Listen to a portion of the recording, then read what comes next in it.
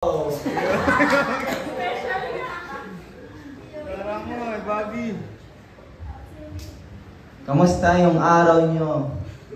Kung ako tatanungin, hindi mabuting araw ko. Antok pa ako.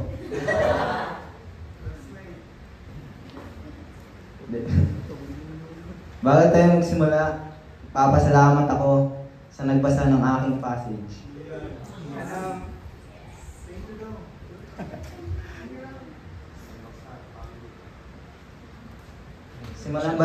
Sisimulan ko na magpakilala sa inyong lahat. Sa mga hindi nakakilala sa akin sa video, patay na namin to. ako si Alan, Verbum Dei disciple ng Quezon City. Hindi lang halata kasi hindi ko pinagmamalaki. Gusto ko maging humble lang para sa inyong lahat.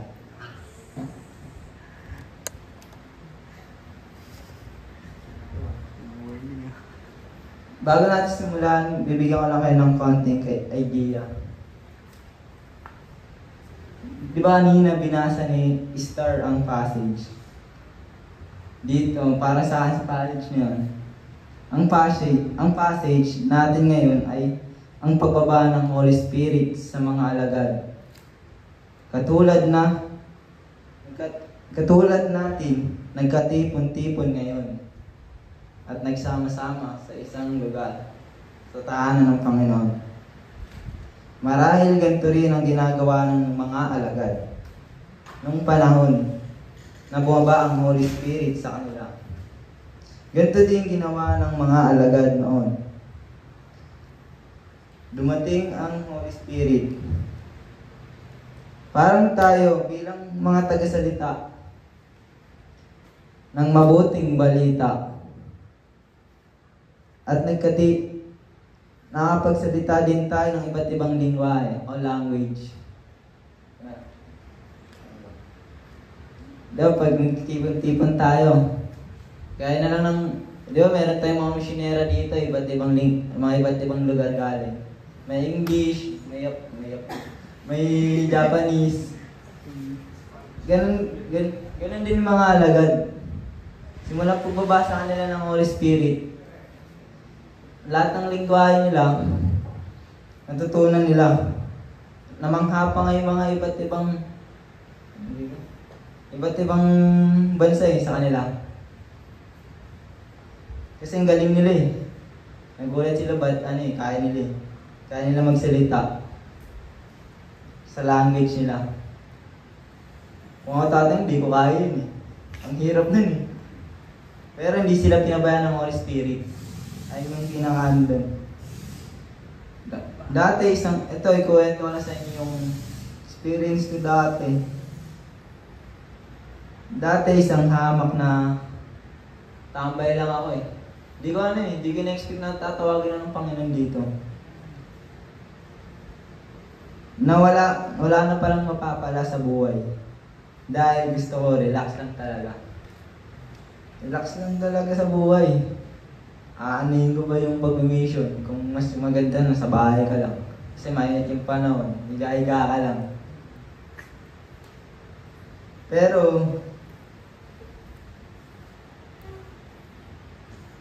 at aalis ako para pumunta sa kanya. Sa tao. O sa mga kaibigan ko. Pero habang tumatagal, parang hindi na ako nagiging masaya sa kanya. Sa mga kaibigan pala. At sa buhay. Kasi doon lalong umiikot ang buhay ko. Pero isang iglap, napadaan ako. Bago lahat eh. Simula napadaan ako sa isang simbahan. At pumasok ako sa loob. Di ko alam, ayun na pala ang Holy Spirit. Tumulak sa akin para magbago. At sumunod sa Panginoon nating lahat. At mga gawain ko dati, kinalimutan ko na eh. Kaya sa tuwing nakikita ko ang mga barkada ko noon,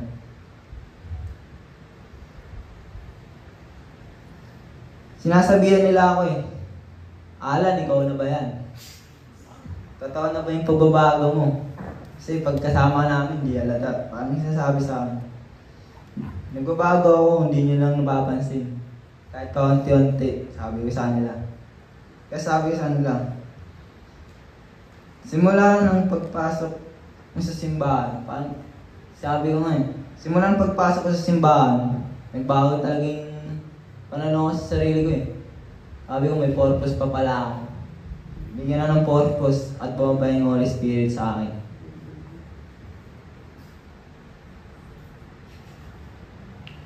Tapos, sinasabi ko na lang sa kanila eh, habang maaga pa, magbago na kayo. Gumawa na lang kayo ng mabuti. Habang maaga pa, huwag na nila paabutin na sila magsisi sa huli. Kasi iba sa atin, nagsisisi sa huli eh. Ayaw magsisi habang maaga pa eh. Kaya walang napapala eh. Kaya ngayon, masaya na ako. Masaya na talaga ako ngayon. Kasi may nagpapasaya na sa akin. Sino? Si God, siyempre. Hindi ko makakalimutan si God. Siya yung tumulong sa akin. Kaya wag natutuloy yan.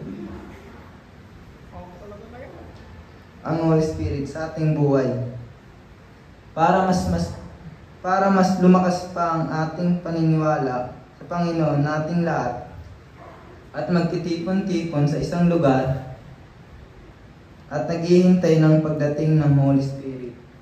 Kasi alam natin na malapit na ang pagdating ng Holy Spirit. Pagdating ulit ng Holy Spirit sa ating puso at damdamin para sa Kanya. Para maliwanagan tayo sa isa't isa.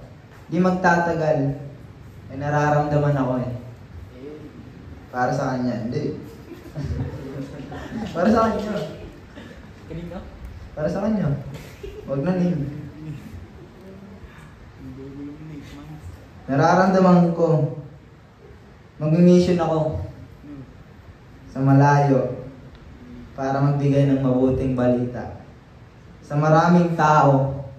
At bilang isang adventurer, ay gusto kong matulungan sa iba't ibang lugar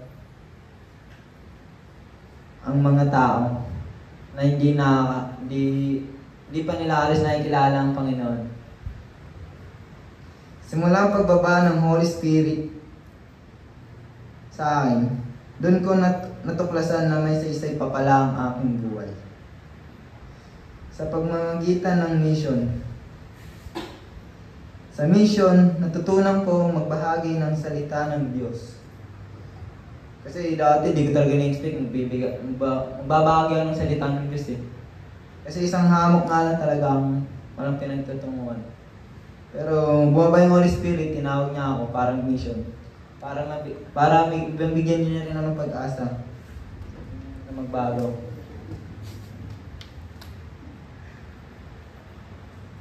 Sa mission, tutunan ko magbahagi ng salita ng Diyos ulit para mag-grow.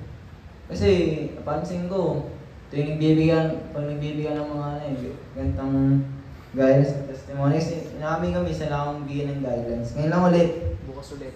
Puro testimony lang ako. Parang napapansin ko, parang puro testimony lang ako. Parang di ako nag-grow ah. Pero sabi ng Diyos sa akin, damdamin na sa akin puso, Alan, nag-grow ka. Hindi mo lang nararamdaman yan. Kasi, nasa puso. Lagi ka na pangunahan ng kaba. Ang sinasabi sa akin, takot. Kaya, sasabi sa Panginoon, papasalamat ako. Lord, thank you na pinapalakas mo yung aking katawan at aking loob.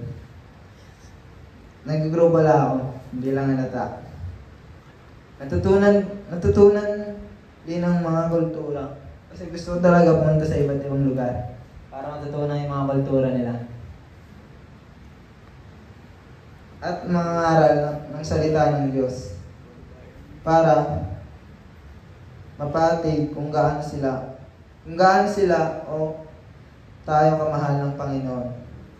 Kaya bilang isang alagad ng Panginoon, hindi ako magsasawang mag-mission sa iyo o sa Panginoon. Dahil ikaw ang daan ng aking buhay. Siya talaga yung daan ng aking buhay.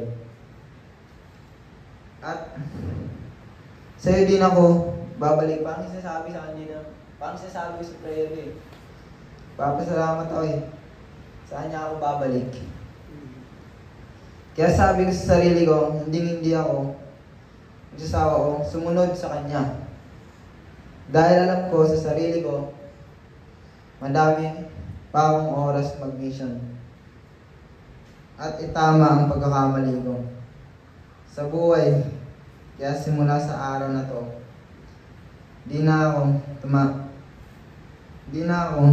handa na ako tumanggap ng mission na galing sa Panginoon nating lahat. Kaya hindi na ako tatanggi sa mga guidance na yan. Yun, bukas ulit. Hindi na ako tatanggi kasi nare-realize ko eh. Sa'yo na itong mata ko. Dami ko ng pagkukulang eh sa Panginoon eh. Sa'yo na yung Jude. Sa'yo ni Jude, pre. Sa'yo ni Jude. Dito, sinasabi sa akin dito sa 1 Corinto 12:13. Parang sinasabi sa akin dito, alad, kayong lahat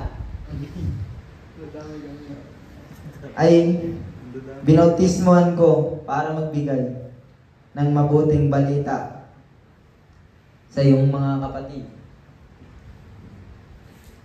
na naliligaw ng daan, at ikaw din ang gagawin kong naghahatid ng salita ko sa mga taong natatakot mag-isa. Sino takot dito mag-isa? Ikaw. Oo, kagad na. Ay, no. Bigla akong natanong si Jesus sa aking isip, ba't ako, Panginoon? Ba't ako pala, Lord? Yung inuutusan mo sa mga ganitong mission. Sinasabi sa akin ng Panginoon, ikaw ang pinili ko dahil alam kong kaya mo. Yan. Ano sinasabi sa akin? Kaya ko mag-mission eh. Kahit ako mag-isa. Kasi alam kong nandyan siya, kasama ko siya. Lagi niya akong puprotektahan. At hindi kita papabayaan. Dahil kasama mo sa mamagitan ng inyong damdamin at pagmamahal sa iyong kapwa. Bilang isang anak ng Diyos, iisa lang ang ating buhay, mayaman o mahirap man, dapat tingin natin pantay-pantay. Ganon din kasi ginagawa sa atin ng Panginoon. Pantay-pantay, walang sobra, walang baba, pantay lahat. Parang pagmamahal niyo lang yan eh, sa taong mahal niyo. Gusto niya pantay, di ba? Binibigay niyo sobra-sobra. Kaya wala natitira. Pantay-pantay lang. Advice eh. Advice